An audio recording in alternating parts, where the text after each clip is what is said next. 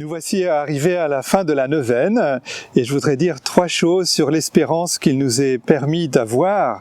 La première, c'est qu'il faut toujours se redire que le salut que Dieu nous offre, il n'est pas tout à fait automatique. C'est un peu comme les antibiotiques, pour le dire un peu avec de l'humour. Michel Polnareff, ce chanteur populaire bien connu, disait qu'on ira tous au paradis.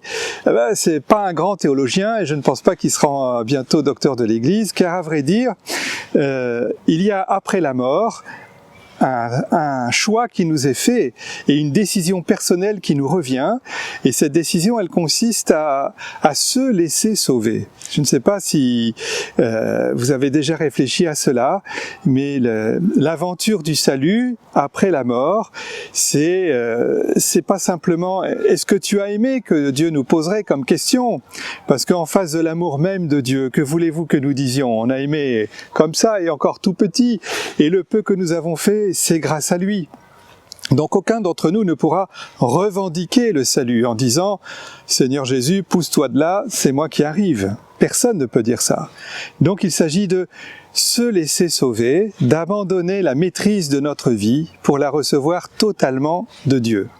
C'est ça l'aventure du salut, qui n'est pas si simple en vérité.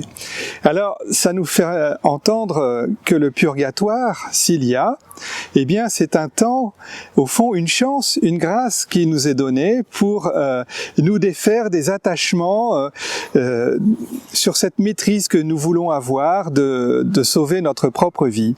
Ce qui fait qu'on peut consentir, et il est nécessaire même d'admettre la possibilité d'un purgatoire, et ici à Montligeon où nous parlons, c'est pas un gros mot, c'est quelque chose d'essentiel, et on peut pas penser les fins dernières, comme on dit, sans avoir cette place entre ce que nous disons du paradis, c'est-à-dire vivre en présence de Dieu, et ce que nous disons de l'enfer, qui n'est pas un endroit, c'est pas le lieu où Dieu voudrait mettre les âmes damnées. Lui n'a qu'un désir, c'est de sauver tout le monde. Les portes sont toutes grandes ouvertes pour Dieu.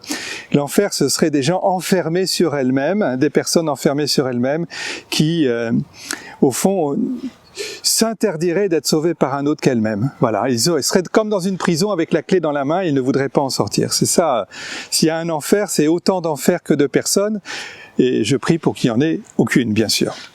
Enfin, je conclus en disant, regardons encore et toujours Jésus, le Seigneur Jésus, car ce qu'il a vécu ici-bas, ça nous permet d'espérer. Il a fait le parcours de notre vie sans jamais tomber dans le péché et sans jamais utiliser, entre guillemets, pardonnez-moi l'expression, ses super pouvoirs de fils de Dieu pour se sortir de situations difficiles, changer les pierres en pain, descendre de la croix au moment où c'était trop pénible.